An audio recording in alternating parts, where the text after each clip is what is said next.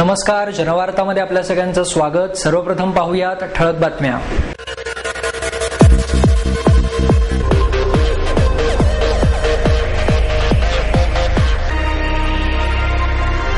पीएमपीएमएलच्या कामगारांचा 6व्या वेतन आयोगाच्या धर्तीवर सुधारित वेतन श्रेणी लागू करण्यासाठी एक दिवसीय संप।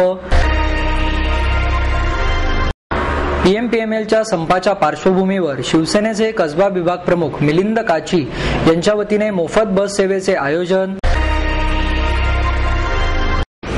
भारतरत्न पंडित भीमसेन जोशी यांना श्रद्धांजली अर्पण करण्यासाठी आर्य संगीत प्रसारक मंडळाच्या वतीने अर्घ्य या संगीत महोत्सवाचे आयोजन। स्कॉलरशिप फ्रीशिप संबंधित प्रश्नांवर युवा भारत संघटनेच्या वतीने मूक मोर्चा। सहकारी बँकांचा आयकर रद्द करावा या मागणीकरिता महाराष्ट्र एम्प्लॉईज बँक असोसिएशनच्या वतीने अधिवेशन सुरू।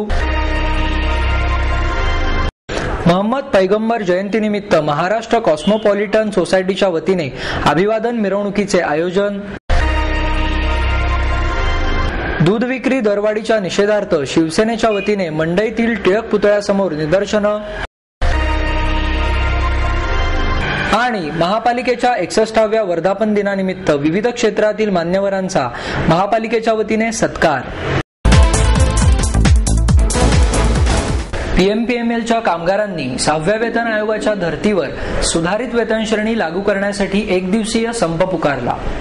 संपाच्या पार्श्वभूमीवर सेवा सुरळीत ठेवण्यासाठी पीएमपीएमएल प्रशासनाकडून खबरदारी घेण्यात आली असून काही प्रमाणात बस सेवा विस्कळीत झाल्यास नागरिकांनी सहकार्य करावे असे आवाहन पीएमपीएमएल प्रशासनाने केले आहे। वाढत्या महागाईच्या पार्श्वभूमीवर पीएमपीएमएलच्या कामगारांना 6व्या वेतन आयोगाच्या धर्तीवर सुधारित वेतन श्रेणी लागू करावी। पीएमटी आणि पीसीएमटीचे विलीनीकरण केल्यानंतर पुणे आणि पिंपरी चिंचवड महापालिकांनी 2000 ते 2010 पर्यंतच्या अर्थसंकल्पांमध्ये पीएमपीएमएल कंपनीला आर्थिक मदत करावी। त्यानंतर महापालिकांच्या अर्थसंकल्पांमध्ये यासाठी कुठलीही तरतूद करू नये असे म्हटलेले नाही। या संदर्भात दोन्ही महापालिकांसोबत वेळोवेळी पत्रव्यवहार करून अर्थसंकल्पांमध्ये पीएमपीएमएल साठी तरतूद करावी अशी मागणी केली होती, परंतु याला दोनही महापालिकांनी दाद दिली नाही। संपाचा इशारा दिल्यानंतरही प्रशासनाने 4 दिवसात या संदर्भात कुठलाही निर्णय घेतलेला नाही। या उलट ते न्यायालयात गेले। संपांसंदर्भात कामगारांचे मतदान घेण्यात आले होते। या संपाला कामगारांनी बहुमताने पाठिंबा दिला आहे। त्यामुळे संपाबाबत घेतलेला निर्णय कायम राहणार असून मध्यरात्री 12 वाजल्यापासून शांततेच्या मार्गाने संप सुरू होईल अशी माहिती कामगार संघटना कृती समितीच्या सदस्यांनी दिली। माझं नाव माधव पासलकर, 7 वर्ष झाले रिटायर झालोय।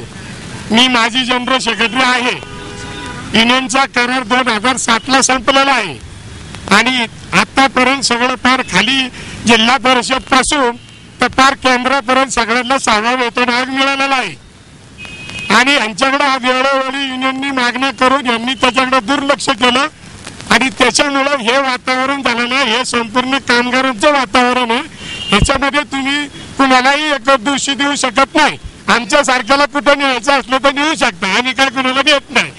परंतु एकच सांगतो की आज खाली जिल्हा परिषद पासून तर केंद्रापर्यंत 6वा वेतन आयोग झाला का नाही, नागरिकांना काय त्रास देत नाही आम्ही आणि वेळोवेळी आमच्याकडे मिटिंग घेऊन यांनी त्याचा विचार केला नाही तर काय करणार कामगार। आता एका युनियनने संप पुकारलेला नाही, सगळे कामगार एकत्र येऊन सगळी एक टेन्शनने काम झालेले आणि त्याच्यामध्ये मी तर 100% सहभागी आहे। नमस्कार, माझं नाव प्रमोद जाधव। आज मी 15-20 मिनिटं झाले इथे बसची वाट पाहत उभा राहत होतो।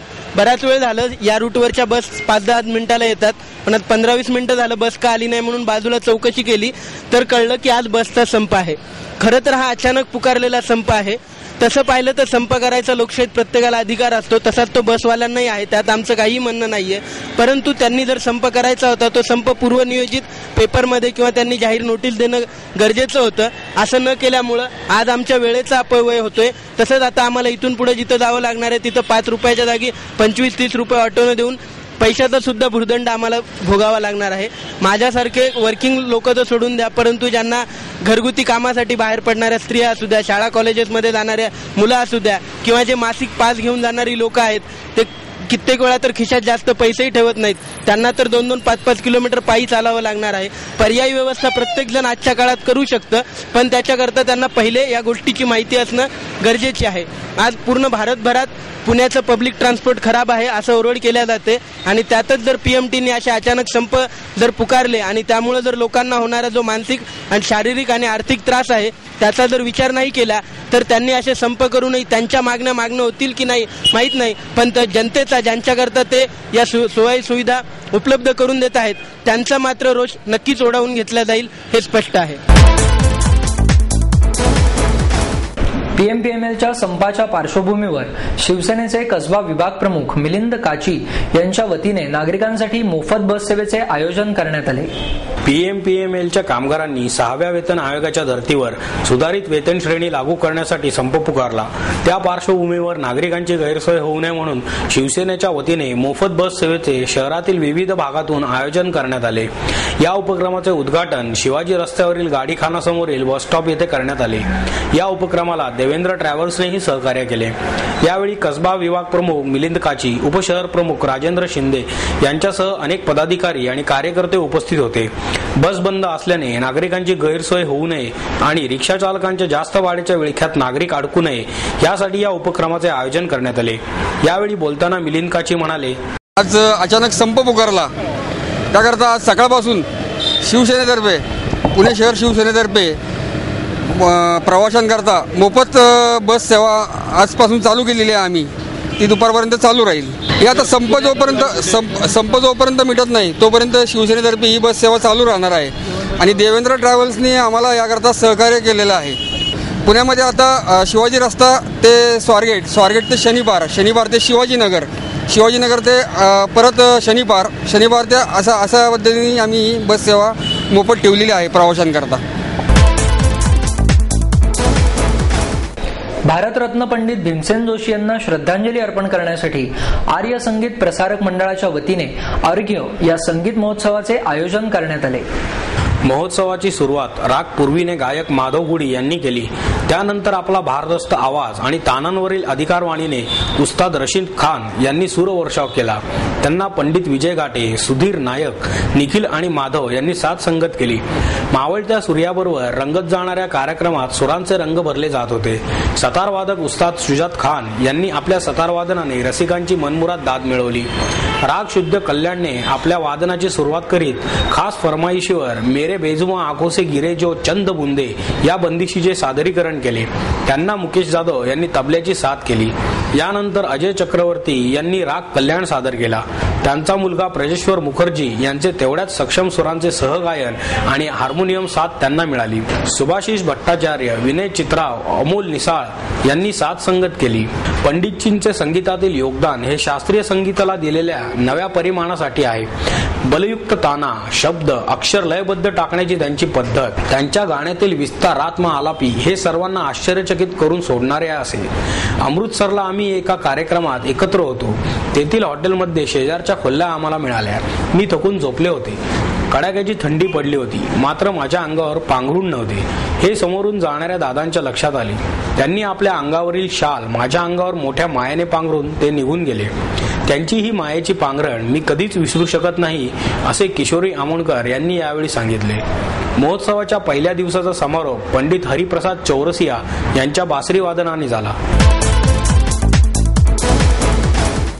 स्कॉलरशिप आणि फ्रीशिप संबंधित प्रश्नांवर युवा भारत संघटनेच्या वतीने मूक मोर्चा काढण्यात आला. या मोर्चाची सुरुवात अलका टॉकी चौकापासून झाली. यामध्ये SC, ST, NT, OBC, EBC, SBC आणि फिजिकली हँडिकॅप प्रवर्गातील बहुजन विद्यार्थी मोठ्या संख्येने उपस्थित होते.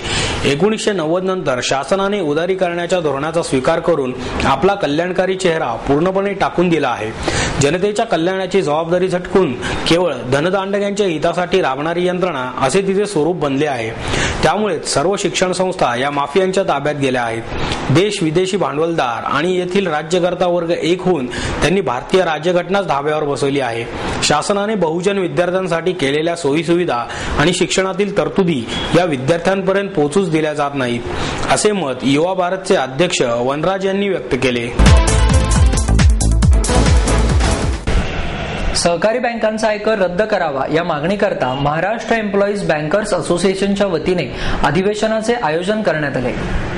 असोसिएशनच्या या 12व्या राज्यस्तरीय अधिवेशनाचे उद्घाटन खासदार आनंदराव आडसूळ यांच्या हस्ते झाले.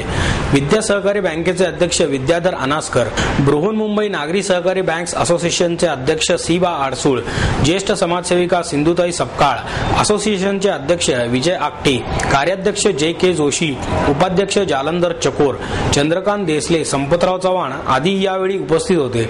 अधिवेशनासाठी राज्यातील 24 बँकांचे प्रतिनिधी आलेले आहेत. उद्घाटनापूर्वी पत्रकारांशी बोलताना आकटे म्हणाले, सहकारी बँकेने लावलेला आयकर रद्द करावा आणि सहकारी बँकांसाठीचे ऑडिट शुल्क आंतरराज्य बँकांप्रमाणे लावण्यात यावे या आमच्या संघटनेच्या प्रमुख 2 मागण्या आहेत. त्यासाठी सहकार खाते आणि रिझर्व्ह बँक यांनी आमच्या बँकांचा वेगळा विचार करणे गरजेचे आहे, अन्यथा भविष्यात बँका चालवणे आम्हाला कठीण होईल. कार्याध्यक्ष जोशी म्हणाले, काही वर्षांपासून सहकारी बँकांना होणाऱ्या नफ्यावर आयकर लावला जातो. एकूण नफ्याच्या 33% आयकर भरावा लागत असल्याने सहकारी बँकांचे अर्थकारण धोक्यात येऊ शकते. त्यामुळे हा कर रद्द करण्यासाठी आम्ही प्रयत्न करतो आहोत. देशभरातील सुमारे 100 बँकांसाठी हा प्रश्न अत्यंत महत्त्वाचा आहे. मोहम्मद पैगंबर जयंतीनिमित्त महाराष्ट्र कॉस्मोपॉलिटन सोसायटीच्या वतीने अभिवादन मिरवणुकीचे आयोजन करण्यात आले. मिरवणुकीत संस्थेच्या अनेक विद्यार्थ्यांनी सहभाग घेतला.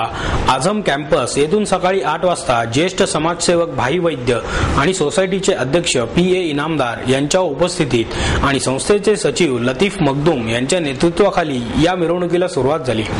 या प्रसंगी doctor N.Y. Kazi, doctor A.R. Shaikh, Haji Kadir Qureshi आदी उपस्थित होते. या मिरवणुकीत शिक्षणाचे महत्त्व, पाण्याचा वापर, दान धर्म, पर्यावरण, आई वडिलांशी संवाद आदी विषयांवर मोहम्मद पैगंबरांनी दिलेल्या संदेशाचे फलक आणि चित्ररथाचा समावेश होता. दूध विक्री दरवाढीच्या निषेधार्थ शिवसेनेच्या वतीने मंडईतील टिळक पुतळ्यासमोर निदर्शनं करण्यात आली. दुधाची दरवाढ रद्द करण्यात यावी, अन्यथा उग्र आंदोलन करण्याचा इशारा यावेळी देण्यात आला.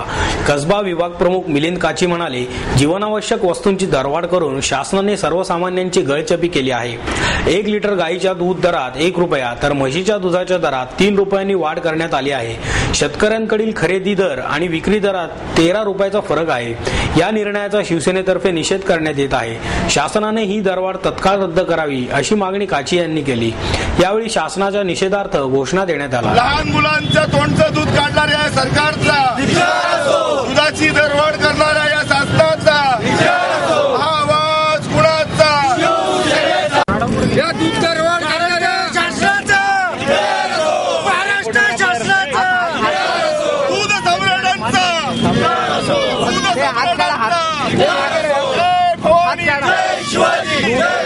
दूध दरवाढ करणाऱ्या या शासनाचा,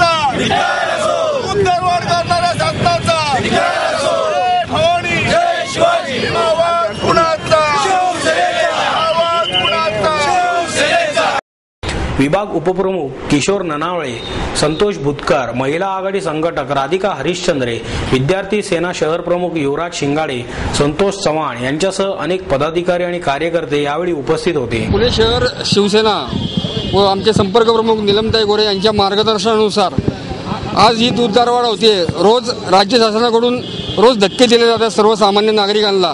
आज तर दूध वाढ केलेली आहे, म्हणजे म्हशीचं दूध 3 रुपयांनी वाढवलेलं आहे, गाईचं दूध 1 रुपयांनी वाढवलेलं आहे.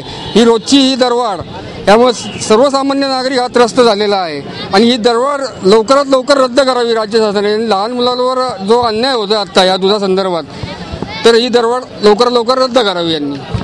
आम्ही आता आमची पुढची दिशा आम्ही आता या आंदोलनानंतर ठरवणार आहे. नंतर आमचे आंदोलन उग्र स्वरूपात आम्ही करणार आहोत आम्ही कसबा विधानसभा क्षेत्राच्या वतीने.